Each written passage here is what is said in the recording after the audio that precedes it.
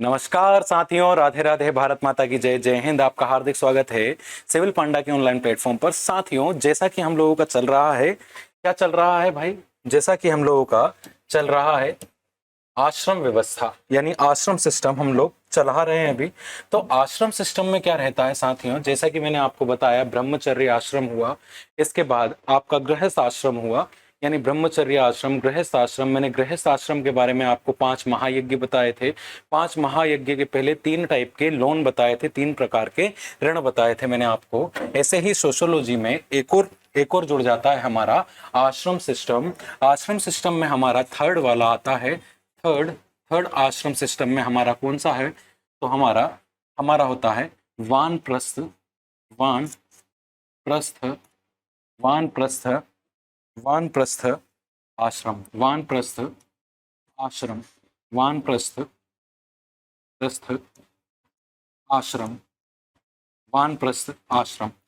भाई, जब कोई भी पर्सनालिटी है, यानी एक जो पर्सन होता है, उसकी जब एज, जो पर्सन है उसकी जब एज हो जाए 50, यानी 50 साल से जब ज्यादा की उम्र हो जाती है किसी भी पर्सनालिटी की, तो वो अपना जो हैबिटेट होता है, हैबिटेट को छोड़ करके मतलब अपना घर को छोड़ करके वो फॉरेस्ट के साइड यानी जंगलों की साइड चला जाता है।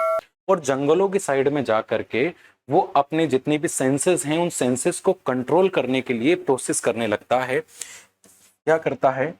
फॉरेस्ट में जा करके वो अपने जितनी भी सेंसेस होती हैं, उन सेंसेस को कंट्रोल करने की कोशिश करता है। अगर हम बात करें मनुस्मृति के तहत, मनुस्मृति स्मृति, अगर अकॉर्डिंग टू मनुस्मृति बात करें, मनुस्मृति में वानप्रस्थ आश्रम का हमें विवरण मिलता है, उसका डिस्क्रिप्शन मिलता है।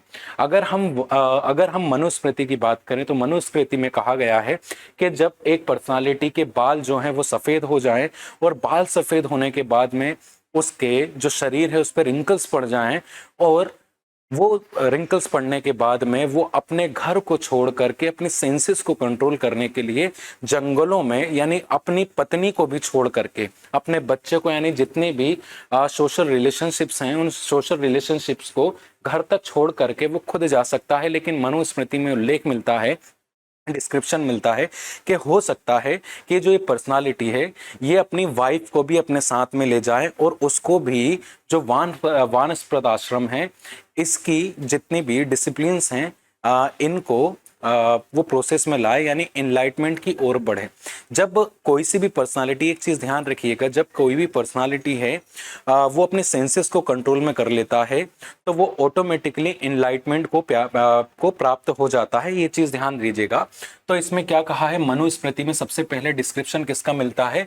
वानप्रस्थ आश्रम का, जिसमें क्या कहा गया है कि जब बालों को सफेद हो जाएं और शरीर में रिंकल्स पड़ जाएं, तब जाकर के जो आ, और एक और चीज है, जब उसके ग्रैंड सन्स के जब वो चेहरे देख लें, ग्रैंड सन्स हैं इनके, जब वो चेहरे देख ले, तो ऑटोमेटिकली क्या बात आ जाती है कि हाँ भाई, अब इसको कहाँ पे जाना चाहिए? वनों की ओर जाना चाहिए, फॉरेस्ट की साइड जाना चाहिए, और वहां पे जाकर के क्या करना है? अपने सेंसेस को कंट्रोल करना है, जितने भी सेंसेस होते हैं। ये चीज में भी आप समझ गए होंगे। लास्ट वाला होता है, लास्ट यार, इसकी एज कितनी बताई है मनुस्मृति में? 50 ईयर्स। इसकी एज कितनी बताई है मनुस्मृति में? 50 ईयर्स। इसका स्क्रीनशॉट ले लें आप लोग। चलिए, अब अगली चीज आती है, जो फोर्थ है आपका, फोर्थ आश्रम। फोर्थ आश्रम फोर्थ आश्रम फोर्थ आश्रम, ध्यान दीजिएगा विद्यार्थियों, स्टूडेंट्स। ये लास्ट आश्रम है लाइफ का, लास्ट आश्रम ऑफ लाइफ, यानी एक लाइफ का, किसी भी पर्सनालिटी की लाइफ का ये लास्ट आश्रम होता है। ये ऐसा आश्रम होता है जब एज 75 प्लस हो जाए, यानी कोई भी पर्सनालिटी है जो जंगलों में इतने दिनों से रह रहा था, उसकी जब एज 75 साल से ऊपर हो जाए, तो कौन सा आश्रम परफॉर्म किया जाता है? तो वो होता है आपका आपका लास्ट वाला आश्रम, सन्यासी आश्रम। सन्यासी आश्रम सन्यासी आश्रम सन्यासी आश्रम में को जब माना जाता है, मतलब इसको, ये पूरा कब हो जाता है, तो माना जाता है जब पूरी की पूरी जितनी भी हमारी सेंसेस हैं, जितनी भी हमारी इंद्रियां हैं, उनको जब हम कंट्रोल कर लेते हैं और हमारे अकॉर्डिंग हम हर एक चीज को रेगुलेट करने लगते हैं, तो हम मान के चलते हैं कि भाई हम कौन से आश्रम में आ चुके हैं, हम सन्यासी आश्रम में आ चुके हैं। यहाँ पे जितने भी हमारे social social abolition end of, इसमें आकर के end of social social relationships, relationship, यहाँ पे आकर के जितने भी हमारे सोशल रिलेशनशिप्स होते हैं, वो सारे के सारे सोशल रिलेशनशिप्स हमारे खत्म हो जाने चाहिए। हमें किसी से भी रिलेशन नहीं बनाना है।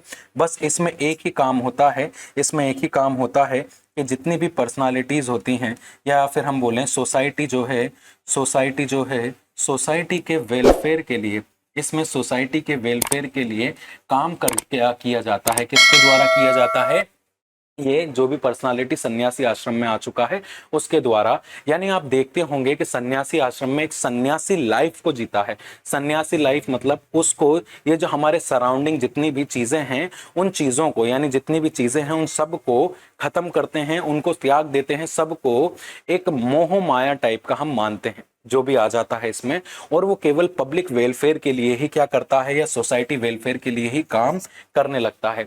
अब सबसे इंपॉर्टेंट चीज होती है, हमने चारों चीज पढ़ी, सर इसका इंपॉर्टेंस क्या है, इसका इंपॉर्टेंस क्या है, तो साथियों ध्यान रखिएगा, इसके इंपॉर्टेंस की बात आती है, इंपॉर्टेंस ऑफ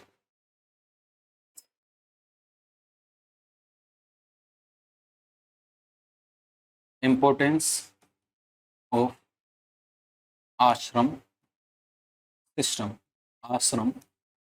इंपॉर्टेंस ऑफ आश्रम सिस्टम।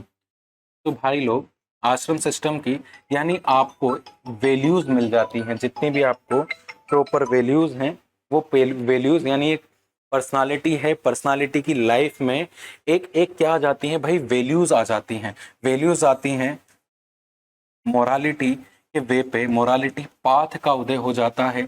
तीसरी चीज आती है कि भाई यहाँ पे हमारी जो लाइफ है, लाइफ के जितने भी टाइम होते हैं, यानी टाइम पीरियड ऑफ लाइफ, ये ना डिस्ट्रीब्यूट हो जाते हैं अलग अलग। लाइफ के जितने भी टाइम एराज हैं वो अलग अलग डिस्ट्रीब्यूट हमारे होने लगते हैं। एक ये लोग क्या करते हैं इसमें, ये इसलिए भी इंपॉर्टेंट होता है कि हमारे जितने भी लाइफ के एक्शंस हैं, उन एक्शंस के बारे में हमें किसके बेस पे मालूम पड़ जाता है, आश्रम से मालूम पड़ता है। और अगर हम अगली बात करें तो भाई खुद को, यानी जब हमारे सेंसेस भी कंट्रोल हो जाएं, तो सेल्फ कंट्रोल हम खुद को कर सकते हैं, सेल्फ कंट्रोल हम खुद को कर सकते हैं। ये चीज ध्यान रखिएगा, एक पर्सनालिटी में वैल्यूज हैं, मोरालिटी पाथ है, ये आ जाती है। लाइफ के हर एक टाइम पीरियड का हमें पता चल जाता है, एक्शंस हमें पता चल जाते हैं, सोशल ड्यूटीज हमारे अंदर आ जाती है, सेल्फ कंट्रोल आ जाता है, सेल्फ मोटिवेशन आ जाता है। और हम जो न्यू जनरेशन को भी हम क्या कर सकते हैं भाई, उनको मार्गदर्शन दे सकते हैं। मार्गदर्शन का मतलब है कि हम जितनी भी आने वाली जो जनरेशन्स हैं, उन जनरेशन्स को गाइडेंस दे सकते हैं कि भाई इसके बाद आपको ये करना है। तो साथियों, हमने आश्रम सिस्टम को हमने पूरा पढ़ लिया है, और आश्रम सिस्टम में से इससे बाहर कभी प्रश्न नहीं आते हैं, क्वेश्चंस नहीं आएंगे। तो आज के लिए साथियों इतना ही, बहुत बहुत धन्यवाद। और हाँ, यदि आपको पूरा पेड कोर्स आपको लेना है तो हमारे जो आपके डिस्क्रिप्शन बॉक्स में मिल जाएंगे, नंबर मिल जाएंगे वहां पे आपको, और नंबरों के साथ साथ आपको वहां पे ऐप का वो भी मिल जाएगा, लिंक भी मिल जाएगी। कृपया उसको डाउनलोड करें, और आपको इसी तरह के वीडियोस और देखने हैं तो चैनल को सब्सक्राइब करें, लाइक करें और शेयर करें जिसको नीड है। आज के लिए इतना ही, बहुत बहुत धन्यवाद, नमस्कार, राम राम।